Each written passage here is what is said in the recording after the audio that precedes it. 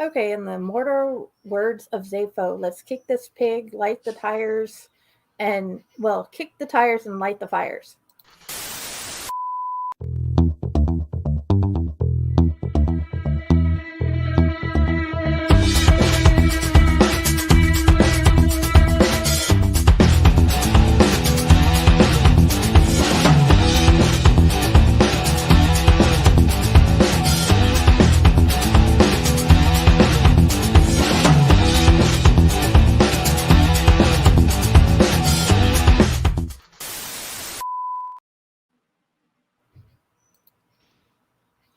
Okay. Welcome to Unprinted Pages, where we talk about authors and publishing and everybody's journeys to where they got. Let's introduce our guests. Hey, Zaepho, please tell us about you. Hello, chat. I'm on a stream. That's what I'm supposed to do, right? Yes. Yes. Yes. I'm Kevin Colby, aka Zaepho. I am a managing partner at Cursed Dragon Ship Publishing. I do all of the little behind-the-scenes stuff, play with the streams, and generally make Kelly's life difficult. Yeah, that's pretty much what I do. I'm an IT guy by day, and all kinds of fun stuff. Okay. Kelly Lynn Colby, please tell us about you. Hello, I'm Kelly Lynn Colby. I am the editorial director at Cursed Dragon Ship Publishing, and I'm also a writer myself. I write YA fantasy and paranormal, not paranormal, well, could be paranormal, supernatural suspense. And yeah, that's about it. And we do podcasts too, because they're fun. Oh, yeah. I have totally loved your podcasts. Thank you. What is the difference between working at Inkling Publishing or any other publishing company you've worked with and having your own? The difference is I'm in charge now. Evil laugh. I need to work on it a little, I guess. It's not quite there. Some people ignore the laugh. It's very important. It's about standards. Sorry, we might quote a lot of pop culture things. It's, part of our existence. But yeah, so that's the biggest difference, quite frankly. The other biggest difference is I have to also pay for everything. So yes, that is a very, very different dynamic than when I worked for any other company. But every other company I worked for, Inklings Publishing and other ones that I volunteered for, that I learned so much. I could not do this company if I had not worked with them and learned and worked through that. And my, the master's in publishing that I earned also, doing all of that stuff in order to get here to actually be able to run my company. That is awesome. Mm-hmm. What about you, Zaepho? Is there a big learning curve to your normal tech job to here? Yes, there definitely is. Some of the stuff applies. Some of the automation stuff, I've done a lot of scripting. I run, I manage the actual hosting of the website. I manage all of our email and all that. That's all directly stuff I've done professionally in the past. So that's easy. The stuff that's not quite as easy is the accounting and finance stuff. I knew just this. I knew enough of the words to be dangerous from my time working in a bank in IT. So I got to deal with a lot of those people, and I begun to understand what GL accounts were and how double entry accounting works and all that kind of stuff. But I am no accountant, no bookkeeper, none of that. But I play one on TV. Well, on stream anyways. On stream, whatever. It's fine. It still counts as TV. But I have absolutely. Streaming is TV now, right? Mm-hmm. Mm-hmm. So we should be applying for the Screen Actors Guild, right? Are we supposed to be on strike? Yes. We did something wrong. No, this is definitely not scripted. We're fine. It's you're very unscripted. Not scripted. Yeah. Yeah, this is not a scripted thing. I just had a bunch of questions. I figured we could see how many we get through in about an hour and 20 hour and a half, if that, and then learn about each other. Sounds great. Yep.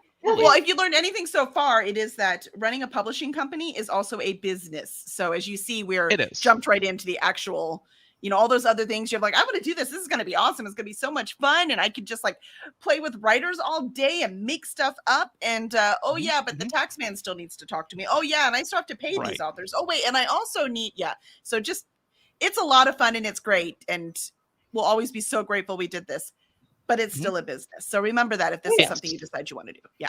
100%. It is still a business. Yeah. There's all of the attendant pains and such that go with that.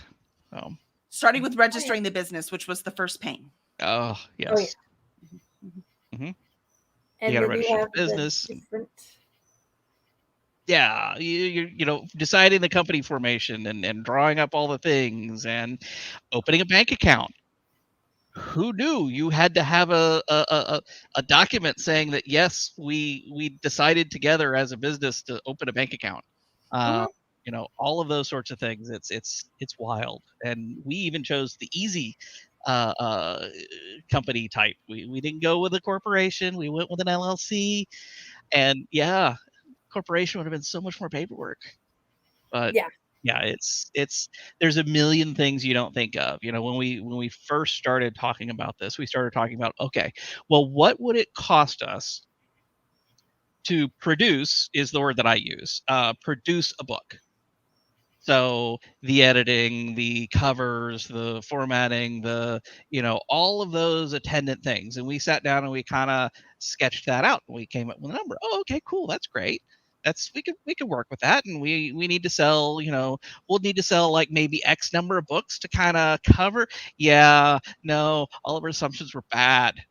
And there's so much more. There's all of the other overhead, QuickBooks, the ISBNs, the 365, Duotrope, the Square, Funnel, sorts of things, Book Funnel, all of these things that layer on top of that. And this was supposed to pay for us to go to cons. I don't understand. That's it. That's the whole reason we did this. We want to go to cons and we want a legitimate reason to do it, not just because we want to. I think it would have been cheaper if we just traveled and just did it for fun. I agree. In that aspect I could see, because you have multiple editors, and then of course the different cover artists, and then you have the authors themselves, and then whatever else people that I don't know, because I don't know who all you bring in to work on people's books and your books and the covers and helping with the streaming. And then of course you have the fun things. Well, it looks like fun on the outside, but you still got to then it's working. It looks like fun on this side, but I get the idea of how much work, because you also have the marketing. How hard how much harder is marketing than you expected? I don't know if it's harder than I expected, because I knew there was a lot to it. But I did not see that as hard as we work on it, that it would have as little effect as it has had. So what I mean by that is, we are American. We are taught you work hard, it pays off, right? But if we've learned anything about running this business, that is not true.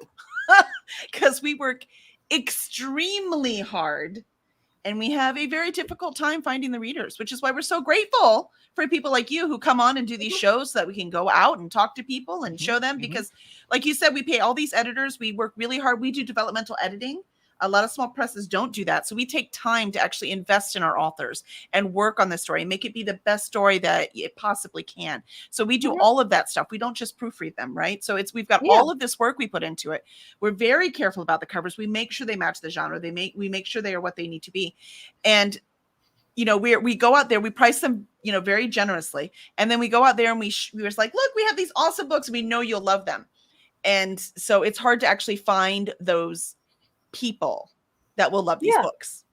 So so now, are we going to stop hardworking? No, because I'm very American and I can't help myself and I will always overwork. But you do expect it to pay off, right? You expect, and I don't mean like, we expect to make $1 million and get a house, but it'd be nice to have a few more people on staff than just Zaepho and I. And then we do have Sarah now too, right? So SG George is on as well as part of our staff, as our acquisitions editor. But the three of us trying to run the company, and it was the two of us for 4 years. It's quite challenging. It's quite challenging. It's amazing that it's been 4 years, because it went from me randomly finding you on Twitter, then, oh my God, she's an anime Matsuri and I can meet her. And I'm like, but it just arrived at my house. She's in front of me. How does this work? Right. It's magic. Mm-hmm. Mm-hmm. Yeah, it's one of those magic things. I'm just like, oh, that looks like a good book to read with Cassie, to wow. And then now you went from being part of Inkling Publishing and introducing me to the other books there. Mm-hmm. And now you're running your own publishing company. So yeah, it's the road is odd. What I mean, well, I know it's odd for me because of how many people I've met, but also you guys have so many authors you've met, so many people you've decided, yes, those are great stories. Let's bring them on to, how about you work on it a little bit and come back? Because that's also a thing. What about your picking process? You get so many submissions, and how do you know you've chosen the right books? Well, full disclosure, right now we are closed for submissions because we are very full. But when we open back up, and we will, and when we were open before, what we do is we ask for the first 3 chapters of the book, and we ask for a full synopsis, which is where in about a page, sometimes 2 pages, this is fantasy and sci-fi, so there's little world building. Sometimes it'll take longer.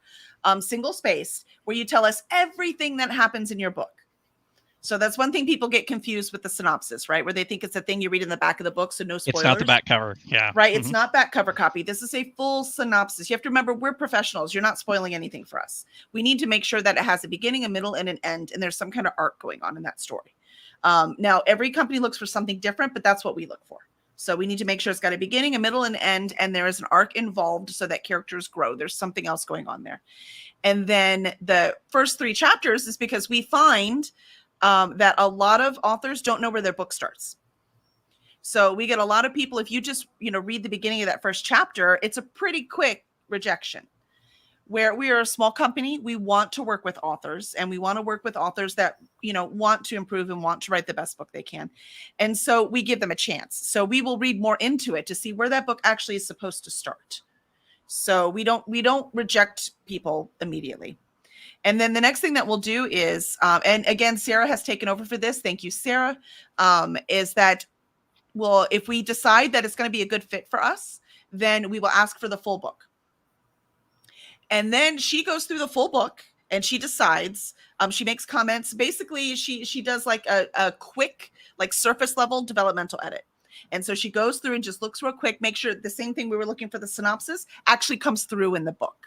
And that, the one thing, like, we can teach people how to write. We can teach people how to fix their grammar. We can teach people how to do things like that. We can teach people about pacing and arc. But what we cannot teach people is voice. You have to find your voice. And so you find that by writing and reading and writing and reading and writing and reading. And so usually we find someone with really cool voice. That's something unique. And you can see that it's them. They have actually written enough that they know what their voice is. Those are usually people that we try to bring on. And then what we will normally do, because we are so small, is we will do an R&R. So in the industry, an R&R is a revise and resubmit. And what this is this, writers out here, ready for the secret? This is your job interview. Yep. So if we send an R&R, we're like, we see potential in that story, and we know that we can sell that story. What we now need to know is whether we can work together or not. So we send an R&R. So if you want to go through and make revisions to that, if you are willing to hear what we said, notice I didn't say obey the changes we demanded, right? But if you're willing to listen to what we said about the story and the things we think that could be stronger or maybe don't belong, and you go through and look at it and you're like, you know what? I agree. Because you also, as the writer, are interviewing us to see if you want to work with us. So this is the job interview in our world. And then, so some people we never hear back from. And then we're like, well, then we know, right? We're just not a good fit. Some people send it back and they change like nothing. And we're like, okay, so we're not a good fit because if you're not going to actually do any kind of major changes, then this isn't going to work, right? And then the vast majority of them, which is pretty impressive, send it back with good changes in it. You know, they actually thought about what, and again, I didn't say obey. There are plenty of things they might not change, right? But they do find problems. They do go through it. Look, Birdie's on. Hi, Birdie. We were just talking about you. Hi, Birdie. And doing all of the changes and stuff that go into that thing. And then we decide we can work with them. We give you a sample contract. We talk about it. We have another meeting. And then we decide whether we're going to work together or not. So we are so small that it's not this is your contract. It's 27 pages long and you must obey everything we say. We are partnering with writers. So we would not say bad things about you, Birdie. I mean, I don't even know any bad things about you. Oh, so. That's you saying hi, Birdie. Zaepho said hi, Birdie. Hey, Brill Pro's on too. Hi, Tom. So yeah, so that's basically the process for submissions. And again, we are not open right now, but we will open up again. We need to make sure we get through the authors because anyone we're taking on now, we're not even publishing until 2025. So we want to make sure we go through what we have already. We don't want to take someone on and say, okay, but you're going to be published in 2026. You know what I mean? So we're frozen right now until we get through this lump of authors we've taken on. And then we will open back up. Yeah, because this Misplaced Mercenaries world is amazing. Because I loved all of Kevin's books. I love Jessica's books. I look forward to seeing the others. Good. We're so excited. Well, the cover reveal for Kevin Petway's in this series. His new series for this one that's Sunday, so that'll be a lot of fun. Do you mind if I put the graphic for that? No, you sure can. Please share it wide. Share it everywhere. Okay. Mm-hmm. So, another question: what is the difference between like starting to build your own universe, like going further with the Misplaced Mercenaries compared to everybody's single universes? What, Zaepho, you want to take that one? Yeah, sure. So from a business perspective, it was a lot different, right? So from a publishing company perspective, it was, how do we, what do we need to do on the contracts to be able to even do this, right? How do we structure this to make sure that everyone is fairly compensated for their work, and who owns the copyrights, right? All that sort of all these things that as a reader I never would have thought of, right? I was reading the Dragonlance books. There's tons of different authors across the larger Dragonlance stuff, and I never even considered who owns the copyright to that book. Didn't matter to me, right? It's a good book, I'm reading. We have a new type of editor. We have a continuity editor. We have a Bible for the universe. It's like this huge document that has all of the things about the universe and continues to build and change as it goes through, right? As things happen, as these books are written, that is adding to the history of the world, which is really, really neat, but it's a lot to keep track of. And that's Shannon Winton, and she's amazing. Highly recommend her. Yes. Yeah. It very, very interesting. All of that, those pieces and parts, and making that happen, scheduling it out, and figuring out who's going to go when, and all the bits and pieces to make that happen. It's been a really cool process. It's been a really long process.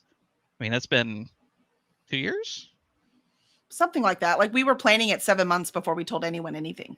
Because we had to get the authors on board, we had to work out. I bought an entire copyright book. I'm like, I need time. I guess this is my reading. How fun. Just trying to figure out exactly how to do all that stuff. So we had to work it all out. And some people think I just dive into things, but not people who actually watch me. I don't. I research. So I had to really make sure that I had to make sure I was being fair to the IP holder, right? The intellectual property holder, which is Kevin Petway. So I had to make sure I was fair to him. I had to make sure that I was fair to the writers. I had to make sure I was fair to our company. So there was just so much going on. Birdie says, you mean I can't randomly conjure up an ancient dragon to fill my plot point? No, sorry. You can't, unless it's a really cool dragon and there's sexy time. Because apparently if there are those two things, you can do whatever you want. Apparently. Yeah, apparently that makes everything legal. Mm-hmm. Just so you know, in case you're wondering.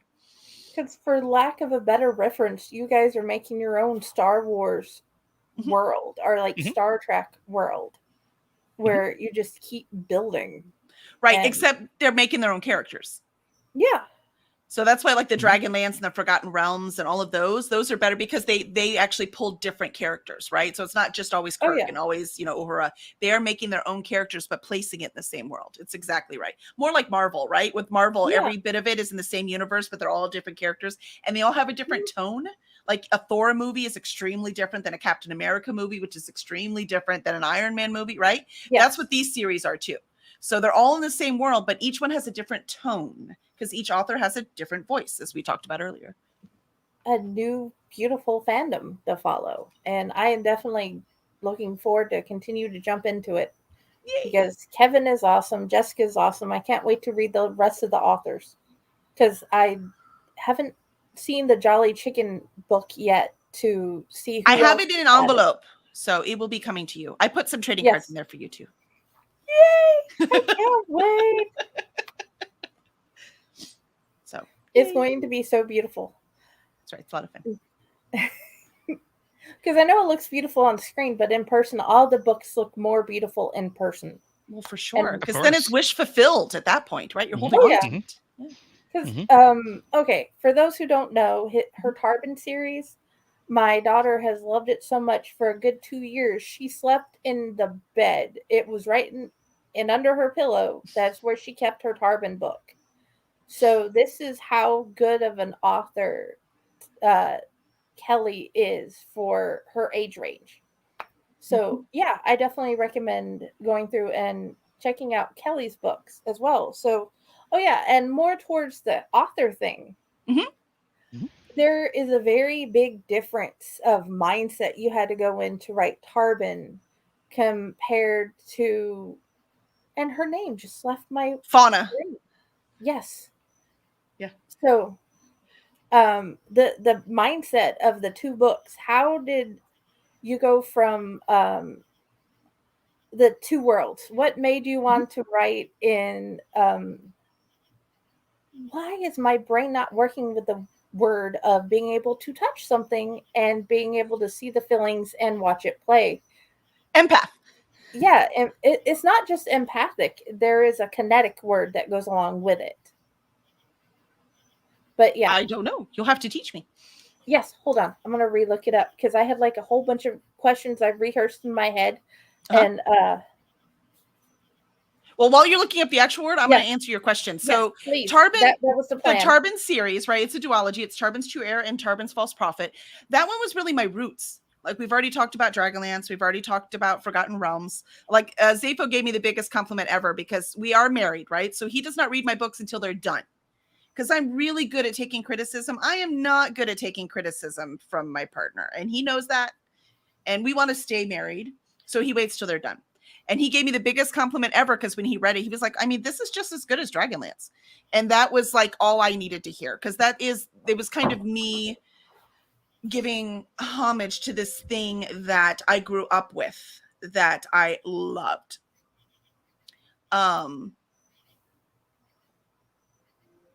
We'll have to go back to that comment. Yeah, we'll come back to that. Anyways, so you have that kind, right? So you have and that one, so it's very it's a YA fantasy. It's appropriate for YA in the old sense. It is not spicy at all. Quite frankly, I forgot about the romance. It didn't even pop up until book 2, and then it surprised me. It was not in my outline. And so there was just like a touch of it. But that story, it's a venture across the world. It's found family. It's that kind of stuff. It's very safe. If you just want, like, the cozy fantasy is very popular. It's a very cozy fantasy. Now stuff does happen in it. Of course, it is a fantasy, but it's not, you're not going to have nightmares. Right now, the other series is that one's an adult series, right? So that one starts, it's called The Emergence. The first one's The Collector. Second one's The Healer. And the third one that comes out next month is called The Twins. Ooh, next month? Yes, it's almost here. That's why I'm doing the last edits on it right now. That's why her name came right up for me. And that one, quite frankly, with writing the YA fantasy, and I'm actually working on another YA fantasy series, it is a lot of work for world building. It is a lot of building your world and building your religions and building the continent and making a map and there is so much that goes into it. With this series, I wanted it to be in a location that already exists, that I'm very familiar with. You know, urban fantasy, Houston, and the Texas. word psychometry. What is it? Mm-hmm. Urban fantasy, and the word that she does, she uses psychometry. I've never heard of psychometry. Psychometry. Yeah, you described it perfectly, but you've never heard of the word? Never. Okay, the word that she's using, she uses psychometry and her empathic abilities to see what happened, to feel the emotions they felt, to see the scene. That is, it is a term used in the supernatural world, the paranormal world as well. Mm-hmm. So yeah, that's very cool. Well, I guess she does that because she's an empath. And most of us know what that means, right? She can sense emotions on people, but she can also, so this new word, which I'm going to have to see it written or I will never remember it. For the new word, what she also does is she can sense memories left on objects. And so for this one, I really it is first person. It's only her perspective. There's not multiple perspectives. And so it was quite frankly easier to write in one way, as in that's all I had to worry about. I didn't have to do the world building. I didn't have to do that. But it was harder to write in the way that it is a mystery, which I had never written before. So you have to drop bodies at the right time. You have to have the right clues at the right time. You need, false clues. You need, so all of that. So it was a lot harder structurally to get it to work. And it is significantly more emotional. Just for there's murder going on and she is not very stable, which quite frankly, if we grew up as an empath, I don't know how many of us would actually be that stable, right? And so if you never know anything you're going to touch, you could drop into a horrible memory. You're not going to touch a whole lot of things, right? So gloves. Yeah, that's why she wore her gloves. That's why she's got all those things. So it's very, I mean, and she feels very personal to me, and which is how her voice comes out. So it was a very different challenge, but I didn't have to make up a religion. I didn't have to make up a world. I didn't have to make up a magic system. I didn't have to make any of that up. So that part was nice. Dropped her in Houston, Texas, and then everything around that. And then go. I mean, so much so there's always a scene of Houston, Texas on the cover because there's usually something I feature. Houston, Texas is always on the cover. On book 2, The Place I Met You is George R. Brown. GRB. That's right. Yep. And the restaurant, the Rustic, is right next to GRB, and we've been there multiple times. Multiple times. We loved it, and that's why it went into the book.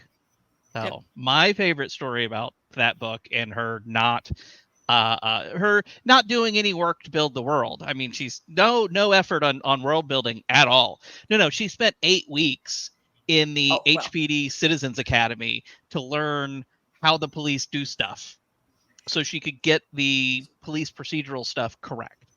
That is amazing. Okay, so I do some research. I can't help myself. Yes. But that's great research. That's amazing. And then anybody of the force can read the book and see and know you put effort in trying to get it right. I did. Yep. I really did. That is a great rep thing. Yeah, except they would not let us take a tour of 1200 Travis, which is where the detectives are. It's where they interview people. So all of that stuff in the book is all made up because they wouldn't let us tour that. That part I made up, but otherwise it's pretty accurate for the way things work. And it's simple things. Like I did not realize that when if a detective goes to a scene and things are happening, if they end up arresting someone, they don't haul them away. A uniform officer in the patrol car hauls them away. I was like, I didn't know that, so it's those kind of things that you learn when you go through this stuff that makes it more real when you're actually writing it. So real life compared to TV. But if you're asking, how do I write the two different things? I read everything. Yes. I read everything. So it's just anything I can get my hands on. There is no genre I don't read. That's not true. But I don't not read. I just don't prefer it. And that's memoirs. I don't prefer memoirs. But I will read them every now and again. But otherwise, I just read everything. So to me, even though I know it's a genre switch, it's not that difficult. I think the only memoirs I would ever actually suggest is Caitlin Doherty, and then you can get a better idea from her memoirs how the funeral industry works from being a funeral director. And then she also has a book out where she answered nothing but kid questions. Aww. Will my cat eat my eyeballs when I die? Yeah, so yeah, she is. I hope she said yes. Those I would suggest because it was a definite yes. But good. It's one of those I would suggest because you'll learn more about if you want to do more, add more about the funeral industry in there. Start with her, and then you can find all types from there. But yeah, I can understand why you don't like your go-to is not memoirs. But the fact that you're willing to try to read anything is amazing. Yep, that's part of the gig, right? And that's also part of being an editor because I also do freelance editing.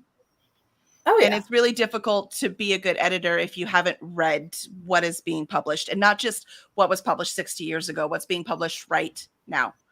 Yeah, there's a humongous difference between like science fiction from my dad's teenage years to science fiction now. Yep. Because you have Heinlein and then you have like Heinlein, Asimov. You have Greg T. Yeah, not Greg. Greg D. Little and his new book. So yeah, you have those differences. That one's gonna be so fun. It's gonna be so fun.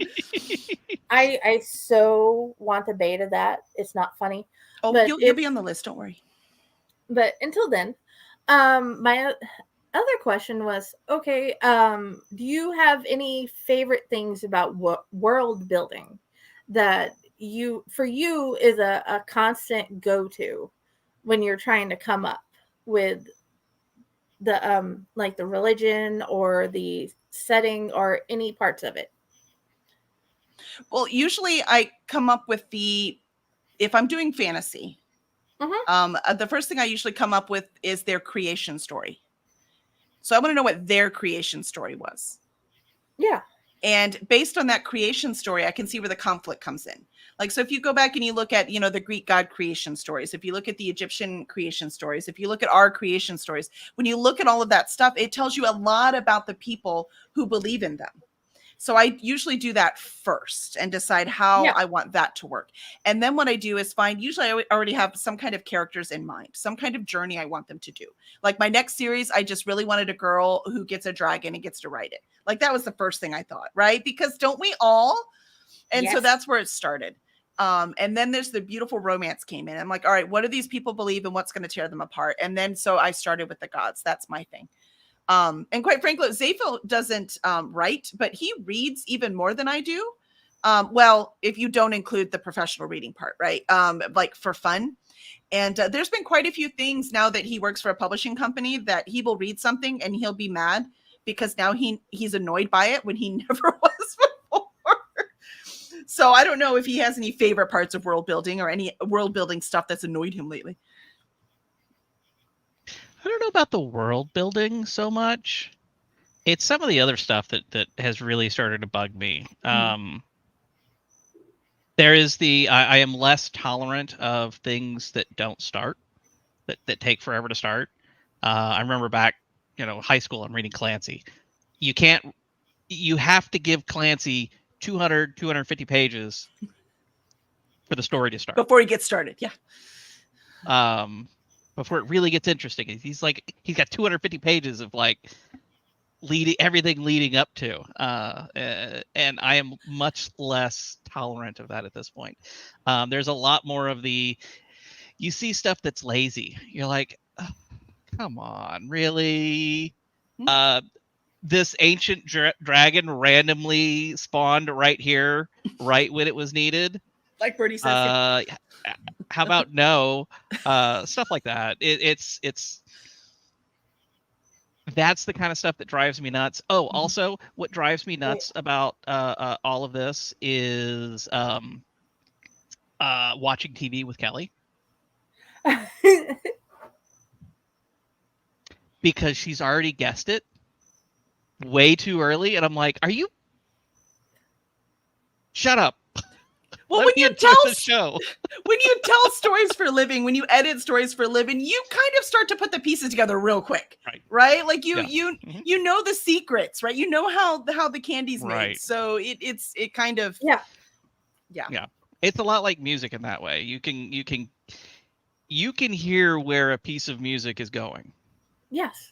Where the bridge is, where the key change will come in, where you kind of feel it, right? You can feel where that's gonna happen. Mm-hmm. It's the same thing with story, apparently, and it's just really frustrating sometimes.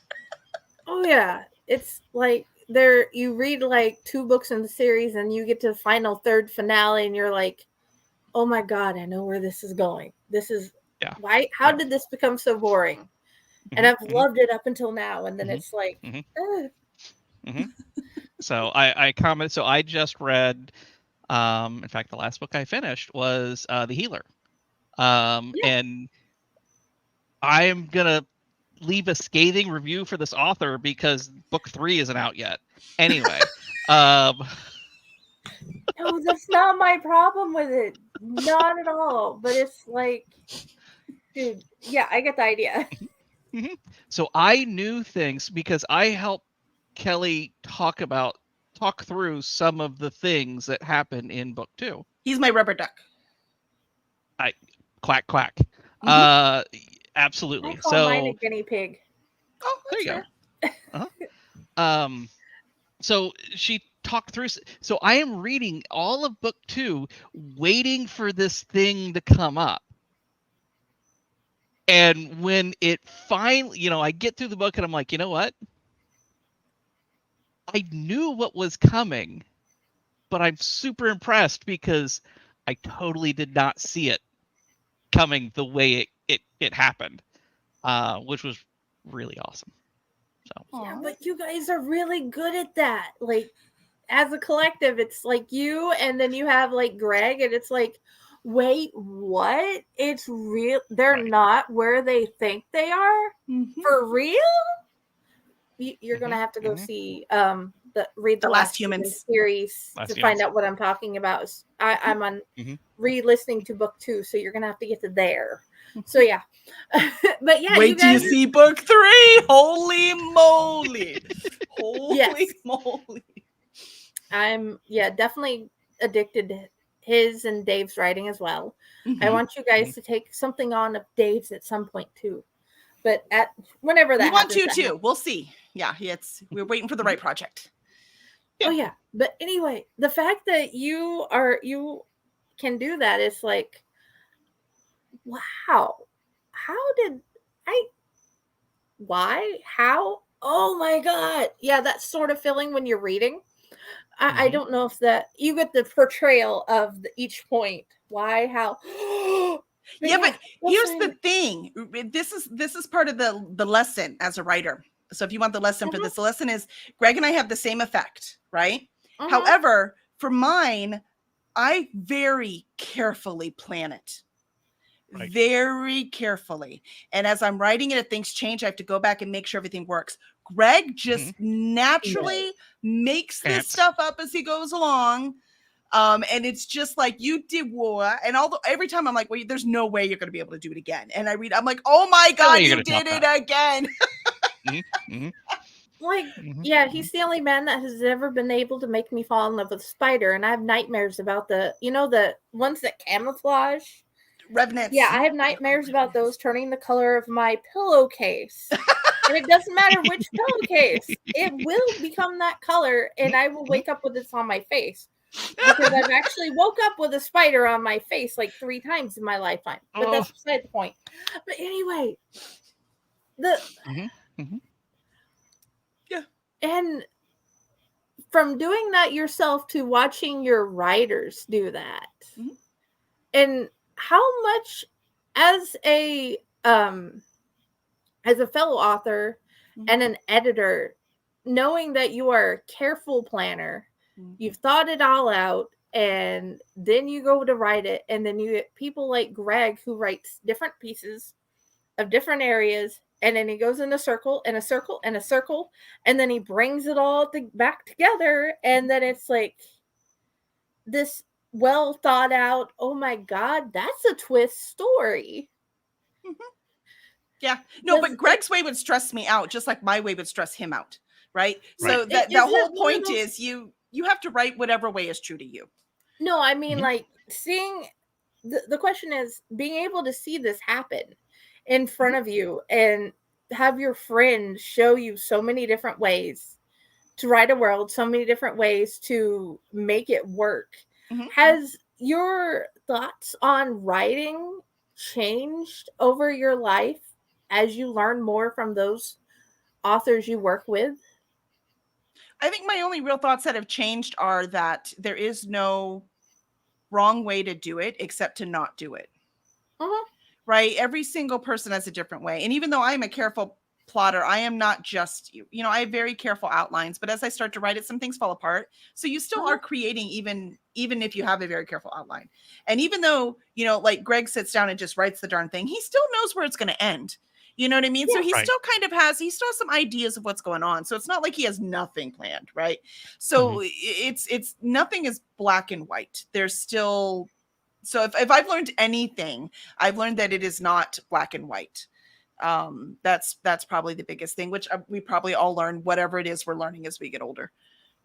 There's no right way, but the only wrong way is to not write. Is to not write. Right. That is the only 100%. Wrong way. And that's what I was going to say is what I have seen and I hear from all of the authors that the takeaway that I've gotten around that isn't so much, it can be learning different ways to do things, but so much of it is just honing the craft. That practice, you get better at these things and you see those things getting edited and having somebody come and sit down and say, this is a problem, and then you have to go fix it. You start to see those things a little bit more. At least that's my interpretation. Oh yeah, for sure. The more I work with an author, the less editing they need. Yeah. It's like with Birdie's question.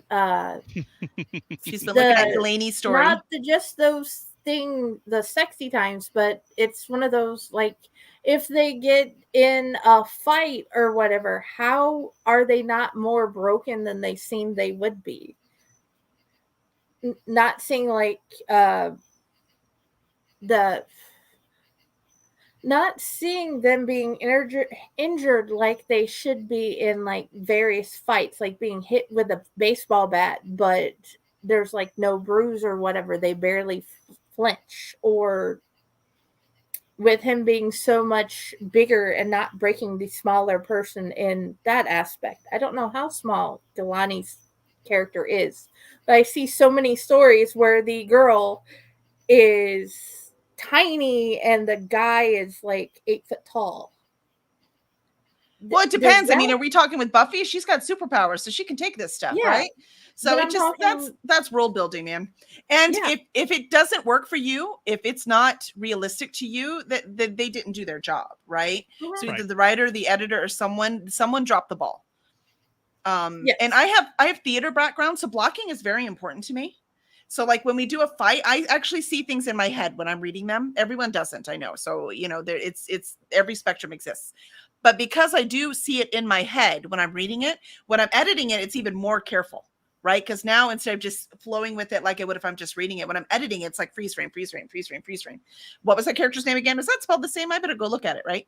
So blocking becomes very important in the story. So if you're talking about a fight, you have to remember how many hands they had. Did they still hold the weapon? Did they drop the weapon? Who's over there? How many people were in this fight again? So you've got to remember where everybody, how did they get on the table? Weren't they just thrown behind the couch? What's happening here? So you have to actually very carefully think about where everyone is and be able to see it. So even if people who are reading it who can't see it, they will know when something's wrong. Just like you obviously intuitively knew in whatever scene you were reading that it wasn't right. You're like, this isn't working for me. Because our number one job as writers is to make sure the reader keeps reading. And anything that throws you out of the story, which is what happened to you when you're thinking, wait, she should be more hurt. Well, now you're not thinking about what's happening in the story anymore, are you? Now you're thinking about whether you believe it or not. So that author has thrown you out of the story. And now whether you get back in it or not, who knows? So they have violated your suspension of disbelief too far.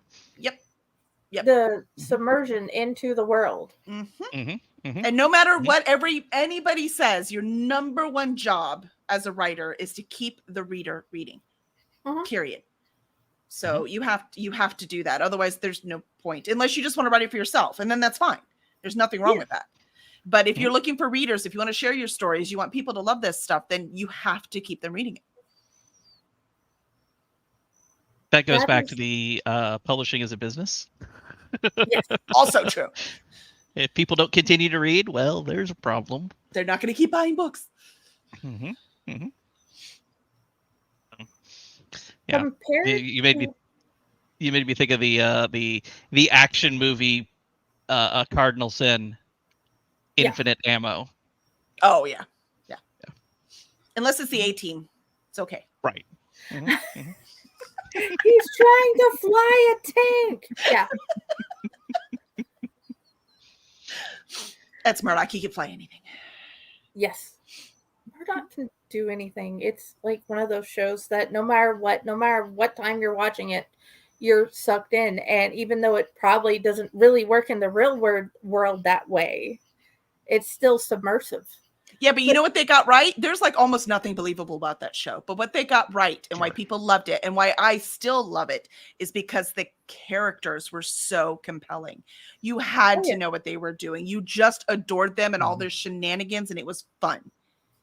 So that's why. If you can get those characters right, people will hang on for quite some time. Oh yeah. All the weird ways they make the plan come together. It's right. one of those, it's like 36 years later, and I'm like, yes, let's rewatch that episode. Yep. I actually bought the first season and watched it again. I couldn't help myself. You can't stream it anywhere. It is nowhere. It doesn't exist. I had to buy it. It's no longer on Prime? Yeah, it is, but you have to buy it. It's not free. Sucks. Yep. That saddens me now. But anyway, is it easier to be a writer publisher than any other jobs you've worked? Or do you have days where you'd rather go back to that job than continue editing the pages you're on? Well, Zaepho's never left his job. So Zaepho, what? Yeah, I have really no idea where Zaepho works. I just know he's good enough to have been published in places because of what he does. Yes. Not that I'm saying tell us, but yeah. No, it's all good. Yeah. No,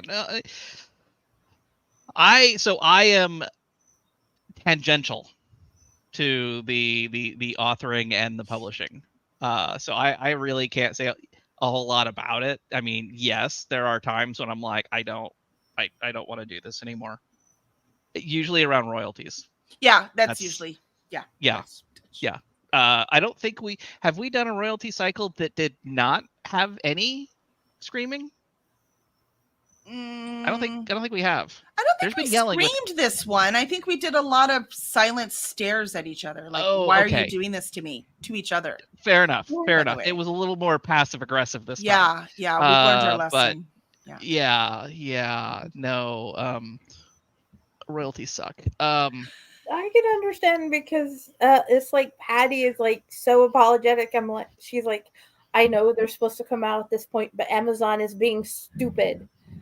And I'm like, okay, whenever it happens. But I get the idea that her attitude is because somebody else has been a jerk.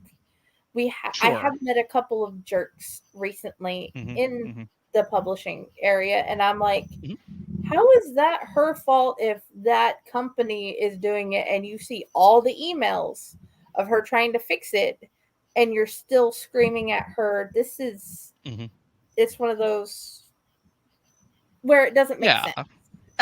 Man, you know what? We're all doing the best we can. And we are so tiny. We are at the I don't know, we're under the thumb of all of the larger companies. So all we can do is what we can do. So yeah. And that's what we do. Well, and we made a conscious decision to do a cash-based business, which means just because Amazon said they sold something doesn't mean we record it as income.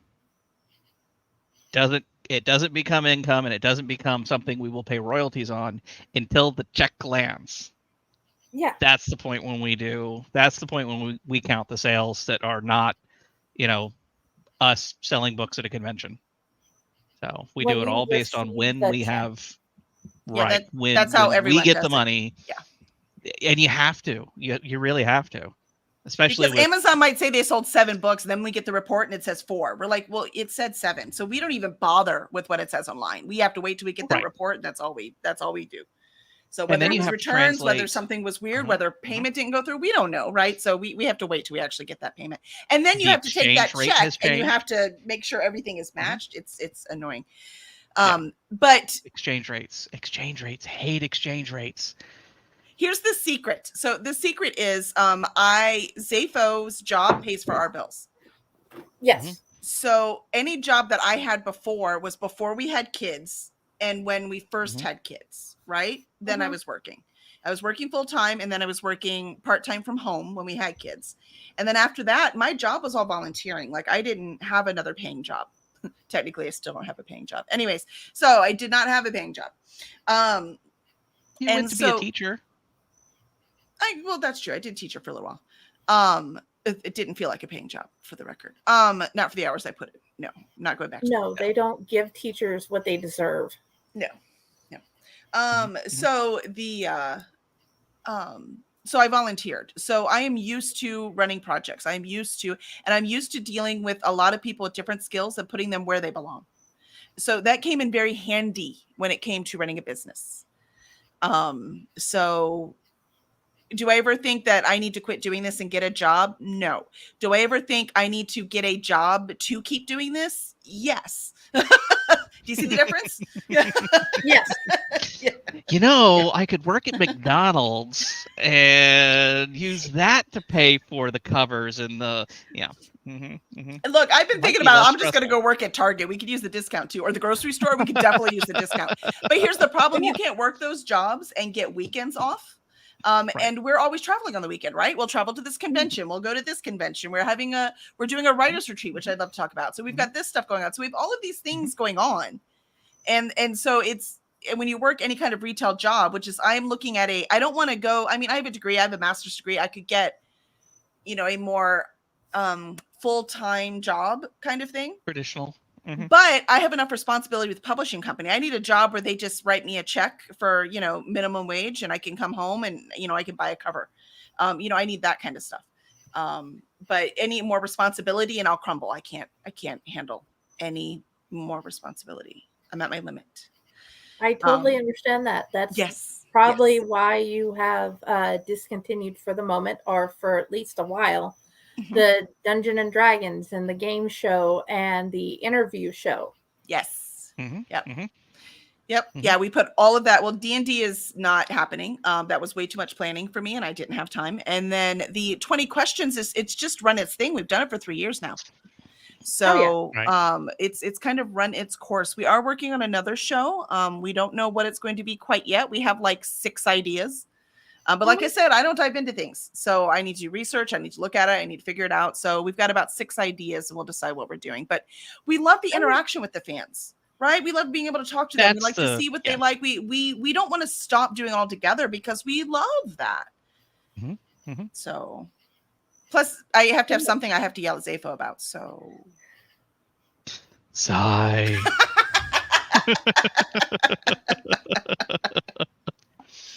But that's also one of the great things about marriage. You guys we as well will have times where we disagree, and it's hard to come to a meeting of the middle or compromise sometimes, compared to, okay, this needs to get this needs to get done, and this needs to get done.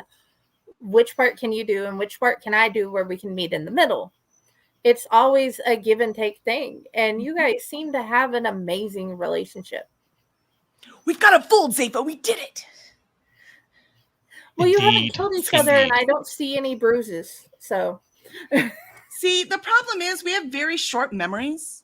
So you can last in a marriage a really long time if you have a short memory. So Yeah. that everyone's secret to good marriage is don't go to bed angry or don't. I'm like, are you human? But here's the thing. But we don't, like he says, we don't hold grudges, right? That's the secret. So secret is I could be so mad at him, and 3 hours later I'm like, dude, what's for dinner? Like, do you see? Right. And vice versa. So and we'll go out and eat dinner, and we'll have a good time and chat, and it's fine. And then we come back, and it's okay, and we can come back, and we may argue about the same thing again. In fact, we probably will. But I feel like sometimes we kind of advance the argument a little bit with those breaks. Mm-hmm. Yeah, and sooner or later you come to a idea of how to fix the situation, or at least make it less horrible. Yep. In theory. Yep. In theory. I mean, it's been 25 years, almost 26 now. It's almost 26. Yeah. Oh, wow. I keep forgetting that I'm younger than you are. Our marriage can get a discount on its insurance. Yes. Yes. It's old enough now. We totally need that discount too. We need to start applying. Oh my God. Yeah. Life's expensive. Mm-hmm. Yes, it is. Not really kidding about the grocery store discount. We could totally use it. Yeah, we could too. That would be amazing. Yeah. Awesome. Yay. Okay.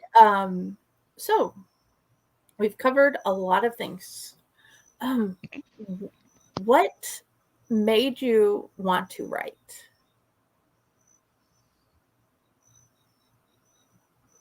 I hate writing.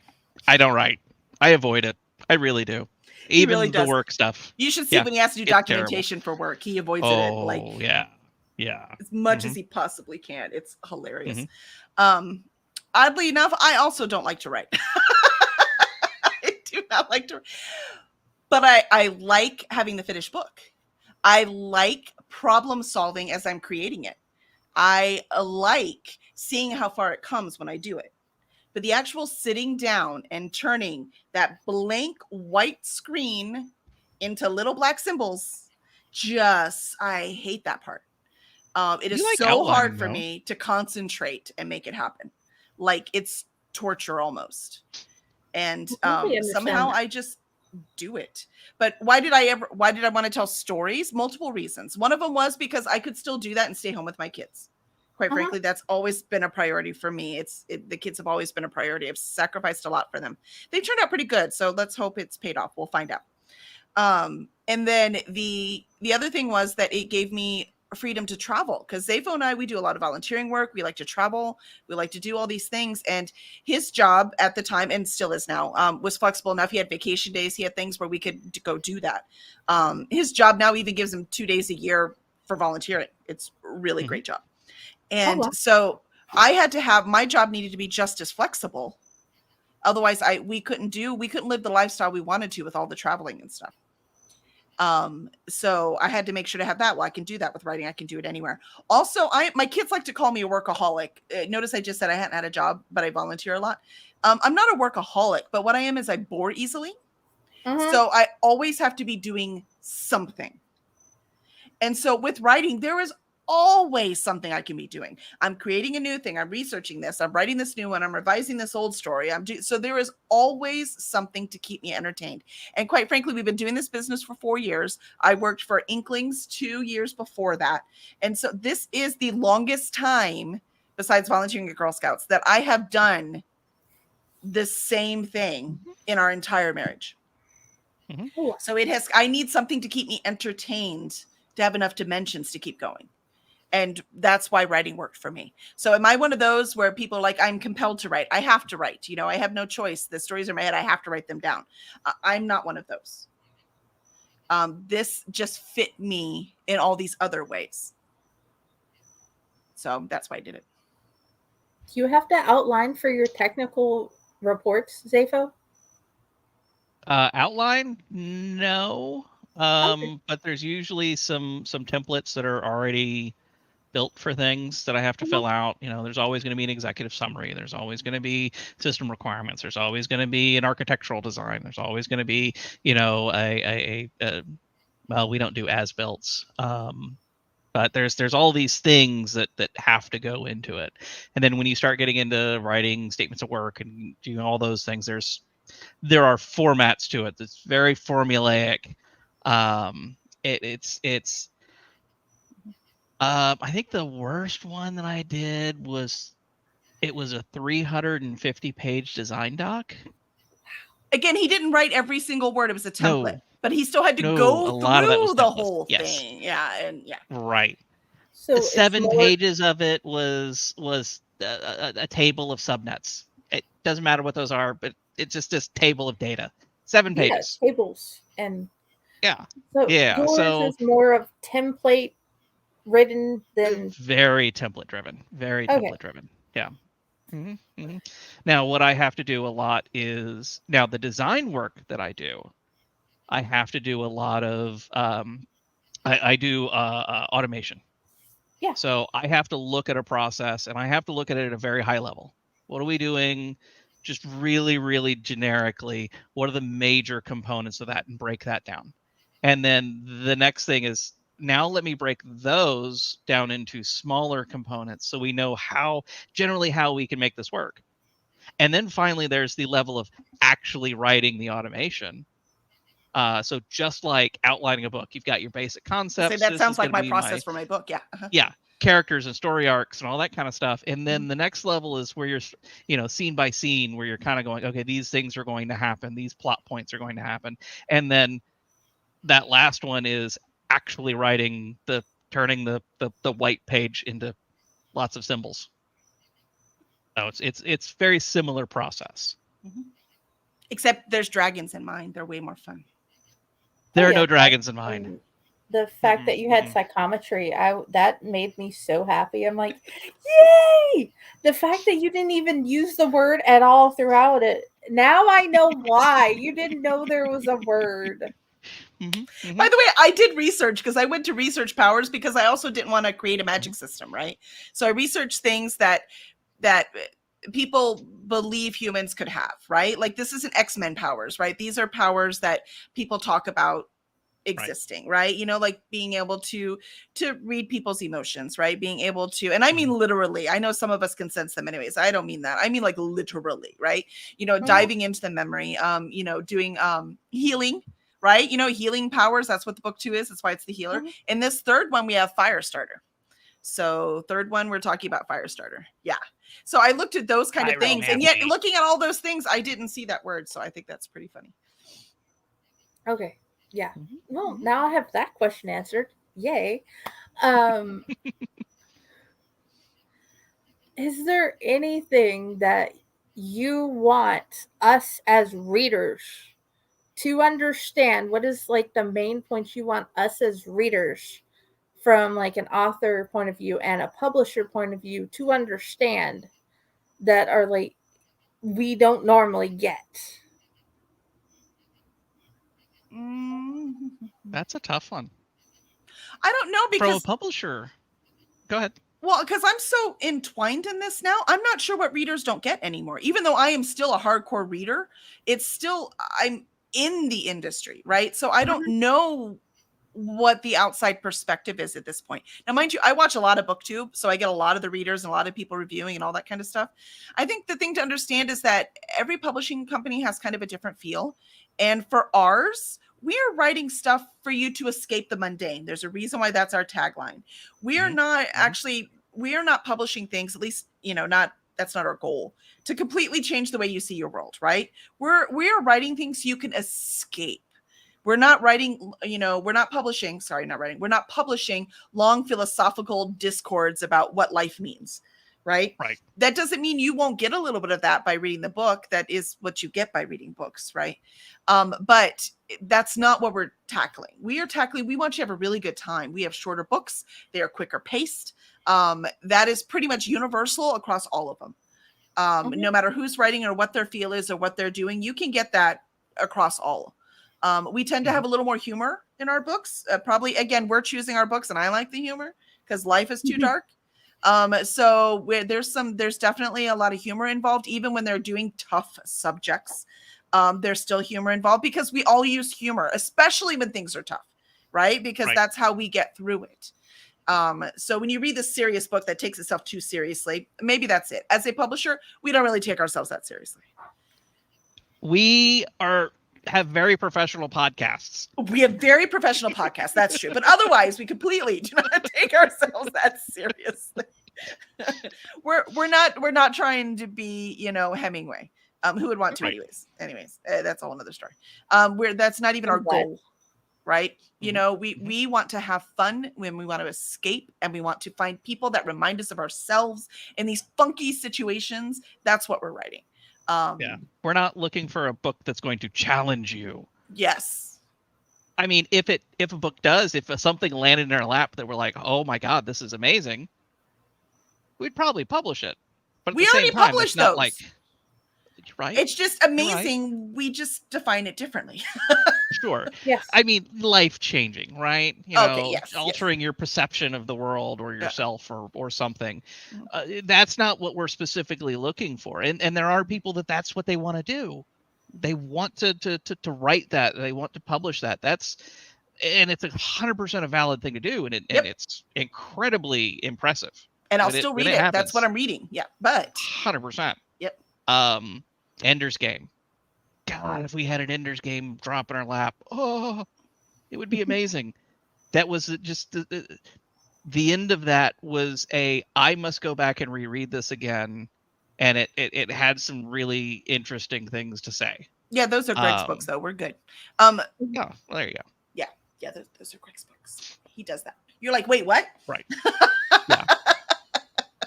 But you do have books that make you go back and want to read them. You do also have books that, from like a mom point of view, I've seen Mhm. like change the way of a person's critical thinking. It's like, I never thought about them actually feeling that way in that situation. I wonder what I'm not understanding in my life now. Okay. So you do have characters that do that because having kids walk in at odd times during audiobooks is interesting. It's like, okay, explain this to me. Well, that is the thing that you understand more when you're an adult, and this is the thing that you just don't mess with that type of animal because you could get hurt. But yeah, but Mhm. anyway. Let me explain spicy books, sweetheart. I try not to listen to like On a scale of spice bell pepper to things. You're like, I thought I had my headphones in. I'm so sorry. It's just like trying to explain like the random piercings of Kevin's books to the kids. It's like a god has what pierced? Oh yeah, Kevin's books, maybe not. Yours are still quite young. I didn't expect them to wake up that early. I have to be awake. I need something to wake me up. But yeah. That's awesome. Yes, we don't publish children's books either. So we do have some YA, but not young children's books. We will eventually, though. This is our plan. It is our plan. Dragon Egg. Future. We already have the name for it too. Dragon Egg. Dragon Egg. That'll be the imprint. Ooh. Yeah, we love it. I'm excited. And we might be publishing some spicy stuff, so keep an eye out. We need an imprint name for that because the perfect one has already been stolen by a company that produces novelties. Well, I don't know what the perfect one is. Anyway. Ask me later. You guys ask us later. Yeah, it's one of those. You guys will come up with something perfect that goes with your lovely, cute dragon at some point. But anyway. Okay. Okay. Did you guys have anything else you wanted to add? Because I think we answered all my main questions. Yeah, I guess if you like fantasy, sci-fi, or horror, and you like quick paced, quick reads, then hit us up, curseddragonship.com. We have all of our books listed on there. You can get them. A lot of them are in Kindle Unlimited, and some of them are wide as well. So it depends on what you're looking for, what we have in there. And we do have some audiobooks as well. So we've got all kinds of varieties in there. So yeah, go check it out. We do cover reveals on Sunday afternoons at 3 p.m. Central, and we have launches on Tuesdays at 8 p.m. Central. And so to look up that calendar, you just go to our website, and that'll be in there too. Okay. And what about you, Zaepho? Do you have anything you want to add? Brightest retreat. Yeah. Coming up, we'll be at Multiverse Con in Atlanta. We're not showing, presenting, vending, but we will be there. Definitely looking forward to that. I think we've got another one or two that are coming up. Lots of stuff coming. All of our events will be on the website. If you love what we write, what we do, and or just us in general, curseddragonship.com/discord is our Discord. Come hang out and chat with us. We had a fantastic discussion about AI and art today, which was awesome. And then sometimes we just have random shenanigans. Often. I would say often we have random shenanigans, and that's kind of that is us in a nutshell. Nice intellectual conversation, random shenanigans. What's life if you can't have fun? Exactly. Okay. What's 100%. The point? Okay. Thank you guys for coming, and thank you guys for joining us. And please go look up Kelly's books, and definitely look up everything that is Cursed Dragon Ship. What I have read is amazing. I am still working my way through the catalog because there's a whole lot of catalog, and I recently, in the last 3-4 years now, had a child. So I'm backed up on that. So either way, catch all their books, listen, watch, find their YouTube. And there is so many more things to look forward to from Cursed Dragon Ship. Please follow, like, subscribe, and just read. Thank you guys for coming. Have a blessed night.